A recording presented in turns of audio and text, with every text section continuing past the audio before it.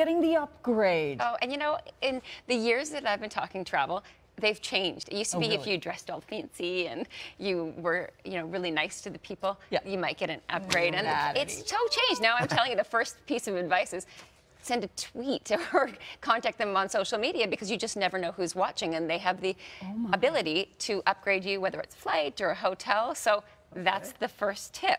Wow. The other thing is flying off peak days, because what is happening right now, especially with airlines, is that they're booking the aircraft chock-a-block. There's usually very few seats, if any, on those aircraft, especially during peak times. And so if, you know, even just getting an aisle with someone not seated beside you, it's so nice. Oh, it is. But often they can't do anything for you. Even if you ask and you're sweet as pie and you have tons of points, not an option. But if you travel, usually it's Tuesdays and Wednesdays. Oh, okay. They have the most room on the flights. That's upgrade day? Yeah. Potential upgrades. But destinations are quieter then anyway. I'd rather travel during the week. I know. Yeah. Place Most like people Vegas, like to do cheaper. Friday night or a Saturday and get the full week away. And just so everybody knows, Take who are 5 you days off. supposed to impress? You know what? It's get the along the upgrade? way. It's the person checking you in, the gate agent. Really? With a keystroke, they can make or break your They're so getaway. powerful. Yeah. They're very powerful. I The other like thing you, is, I don't like you. So show up with chocolates, maybe a bottle of wine. Yes. you wouldn't believe what I've heard. But also staying at a new hotel, and not everybody realizes this, but when you're staying at a new hotel, often they're not full. And because of that, they really rely on impressing their guests and getting those guests to say to their family and friends, we loved it, we had a great time. So the word of mouth is so valuable to them. So booking a new hotel, and sometimes it may not have as lush gardens if you're staying in a resort property.